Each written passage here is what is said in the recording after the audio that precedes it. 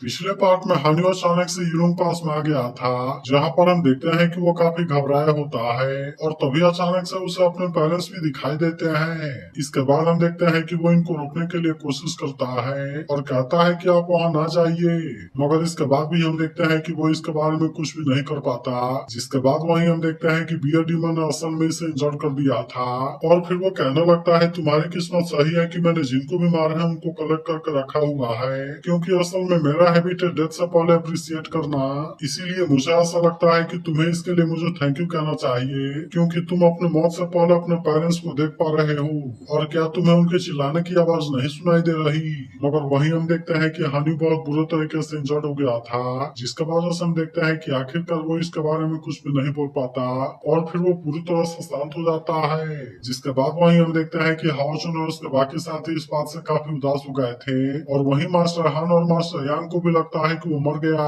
वहीं दूसरी तरफ हम देखते हैं कि डीमन भी इस बात से काफी खुश हो गए होते हैं, जबकि वहीं बियर डीमन को भी लगने लगता है कि वो इसमें जीत गया और इसीलिए हम देखते हैं कि वो भी इस बात से काफी खुश होता है। लेकिन तभी से भी हम देखते हैं कि उसे अपने पीछे कोई आवाज सुनाई देती है, जिसके बाद वहीं हम देखते हैं कि हानि अभी भी जिंदा था और फिर वो खड़ा होते हुए कहता है कि मैं इतना आसानी से नहीं मरने वाला। तब इसे देख बियर डीमन इस बात से काफी गुस्सा हो जाता है और कहने लगता है कि क्या तुम अभी भी नहीं मरे? जिसके बाद हानि गुस्सा होते हुए कहता है कि मैंने तो कसम खाई थी, इसीलिए चाहे इसके लिए मुझे अपने जान से भी कीमत चुकानी पड़े, लेकिन फिर भी मैं इसमें इतना आसानी से हार नहीं मानूंगा। आज मैं तुम्हें अपने हाथों से जरूर मारूंगा। तब इसकी ऐसी बात सुनकर बियर डीमन उससे कहता है कि तुम तो पहले से आधे मर चुके हो, इसीलिए कहीं तुम मेरे साथ में मजाक तो नहीं कर रहे? मगर तभी हम देखते हैं कि हानियो ने अपने पेरेंट्स के स्वॉर्ड को पकड़ लिया था और फिर कहने लगता है कि मैं कई बार उस दिन वापस आना चाहता था, क्योंकि मुझे ऐसा लगता था कि मैं उनको यूलोंग पास में जाने से रोक सकता हूँ, लेकिन फिर असल में बाद में मुझे इसके बारे में पता चला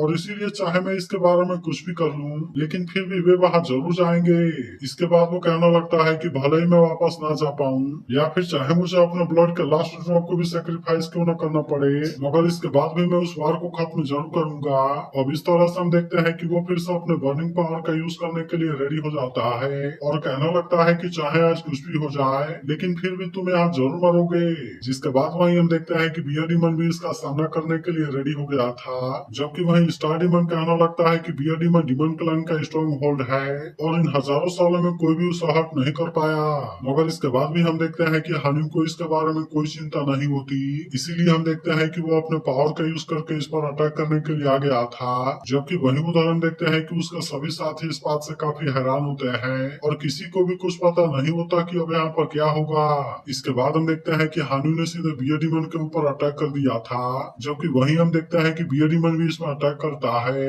इसीलिए हम देखते हैं कि यहाँ पर कुछ समय के लिए सब कुछ शांत हो गया था और किसी को भी कोई अंदाजा नहीं होता कि अब यहाँ पर क्या होगा। तभी अचानक से हम देखते हैं कि आखिरकार हानि की शॉट टूट जाती है और फिर वो स्माइल करते हुए वहीं पर नीचे गिर जाता है। जिसके बाद वहीं हम देखते हैं कि हाउचुन के सभी साथी इस बात से काफी उदास हो जाते हैं और सबको ऐसा लगता है कि हानि इसमें मारा गया। वहीं अबाव को भी लगता है कि हानि इसमें मारा गया और अब इसीलिए हम देखते हैं कि वो बियर डीमन को विनर अनाउंस करने के लिए रेडी हो जाता है। जिसके बाद वहीं हम देखते हैं कि बाकी सभी डीमन भी इस बात से काफी खुश हो गए थे। वहीं उधर हम देखते हैं कि सभी लोग इस बात से काफी उदास हो गए होते हैं और कहना लगता है कि हमने तो अपने एक डिवाइन नाइट को खो दिया। तभी इसी बीच हम देखते हैं कि बियर डीमन जैसे ही टूटे हुए स्वॉर्ड को बाहर निकालने के लिए कोशिश करता है, तभी अचानक से हम देखते हैं कि उसमें कोई पावर एक्टिवेट हो गई थी। जिसके बाद हानि कहने लगता है कि चाहे मुझे अपने जान की बाजी लगानी पड़ी, लेकिन इसके बाद भी आखिरकार मैंने फियर के सिर को तुम्हारे ऊपर प्लांट कर दिया। इसके बाद हम देखते हैं कि हानि ने सोल स्मैशिंग वाले पावर का यूज किया था और फिर कहने लगता है कि असल में 20 साल पहले की लॉन्ग पास वाले 3,60,000 सोल्जर्स हैं। जिसके बाद वही हम देखते हैं कि बियर डीमन अब इस पावर के सामने कुछ भी नहीं कर पाया होता और आखिरकार वो इस तरह से इसमें मारा जाता है। जिसके बाद वही हम देखते हैं कि अबाव भी इस बात से काफी हैरान हो जाता है और कहने लगता है कि ये कैसे हुआ। वहीं हम देखते हैं कि सभी लोग इस बात से काफी खुश हो गए होते हैं और कहने लगता है कि डीमन क्लैन का माइलिनियम वॉल ब्रेक हो गया। वहीं दूसरी तरफ हम देखते हैं कि हानि वापस आ गया था, जिसके बाद हम देखते हैं कि उसके सभी साथी तुरंत उसके पास आते हैं और अब इस तरह से वे इसे हील करने के लिए कोशिश करने लगते हैं। मगर तभी हम देखते हैं कि हानि को अपने पेरेंट्स के साथ बिताए हुए पल याद आने लगते हैं, जहाँ वो कह रहा होता है कि आप तो सच में मेरा बर्थडे सेलिब्रेट करने के लिए आ गए। तभी इसी बीच हम देखते हैं कि उसके फादर उसे कोई गिफ्ट देते हैं, जिसके बाद हम देखते हैं कि हानु इस बात से काफी खुश हो गया था और तभी उसकी मदर कहने लगती है कि क्या तुम इसी चीज का हमें सरप्राइज देना चाहते थे। जिसके बाद हमें पता चलता है कि हानु ने असल में यहाँ पर कोई स्टैचू बनाया हुआ था और इसीलिए उसकी मदर कहने लगती है ऐसा लगता है कि फ्यूचर में तुम एक ग्रेट स्कल्पचर बनोगे। मगर तभी हम देखते हैं कि आज वो इसके बारे में याद करके काफी उदास हो गया था और फिर कहने लगता है कि आपने जो उम्मीद किया था मैं वो नहीं बन पाया क्योंकि मेरे हाथों में असल में अब स्वॉर्ड और शील्ड है और अब इसीलिए मैं कार्विंग नाइफ नहीं उठा सकता। तभी उसका फादर कहने लगता है कि ट्रेनिंग बहुत ही हार्ड होगी और मुझे ये बात भी बहुत अच्छे से पता है कि तुम्हारे ग्रैंडपा उतने अच्छे कम्युनिकेटर नहीं है जिसके वजह से तुमने जरूर ही बहुत ही ज्यादा सफर किया होगा। तभी उसकी मदर कहने लगती है कि भले ही हम तुम्हें छोड़कर चले गए लेकिन इसके बाद भी तुम एक बहुत ही अच्छा और काइंड इंसान बन पाए हो जिसके वजह से हमें इस बात की खुशी है कि हैटर ने तुम्हें कंज्यूम नहीं किया। इसके बाद वो इसे कहती है कि हमें तुम्हारे ऊपर काफी प्राउड है लेकिन तभी उसका फादर कहने लगता है कि मैंने तुमसे जो कहा था क्या तुम्हें उसके बारे में याद है क्योंकि हर स्टोन के पास में असल में दो लाइफ होती है जिसमें से वो दूसरी बार नेचर के द्वारा टेम्पर्ड होता है। इसीलिए अगर सेकंड टाइम वाले लाइफ के बारे में बात किया जाए तो असल में इसे केयरफुल तरीके से कार्व किया जाता है। जिसके बाद हम देखते हैं कि उसकी मदर फिर से उसे इसके बारे में समझाने लगती है और कहने लगते हैं कि तुम्हारी पहली लाइफ हमें अच्छे से पता है कि उसमें पेरेंटल हेट्रेड का बोझ था लेकिन अब देखो कि आखिरकार तुमने इस लॉ को तोड़ दिया है। तभी उसके फादर कहने लगता है कि देखो अगर तुम्हारे तीसरे लाइफ के बारे में बात किया जाए तो फिर तुम्हें असल में उसमें बहुत ही अच्छे पार्टनर मिले क्योंकि जब भले ही तुमने अपने लाइफ के ऊपर गिव अप कर दिया लेकिन इसके बाद भी वे सभी इतना आसानी से इसके बारे में गिव अप नहीं करने वाले। इसीलिए हम देखते हैं कि वे इन सारी चीजों से काफी खुश होते हैं और फिर इसे अपने गले से लगाते हुए कहते हैं कि हम तुमसे काफी खुश हैं। लेकिन इसके बाद हम देखते हैं कि अब उसके पेरेंट्स यहाँ पर ज्यादा टाइम के लिए रहने वाले नहीं होते इसीलिए वे फिर से एक बार इसके बारे में समझाने लगते हैं और फिर उसके फादर उसे कहते हैं हम केवल इतना चाहते हैं कि तुम फ्री रहो। तभी इसी बीच हम देखते हैं कि उसे अपने साथियों की आवाज सुनाई देती है और फिर वो जैसे ही पीछे मुड़कर देखता है तो वे सभी वहाँ पर खड़े होते हैं। जिसके बाद हम देखते हैं कि हानु भी अब यहाँ से जाने के लिए रेडी हो गया था इसीलिए हम देखते हैं कि वो अपने पेरेंट्स को गुड बाय बोलता है और अब इस तरह से वो यहाँ से भागते हुए जाने लगा था।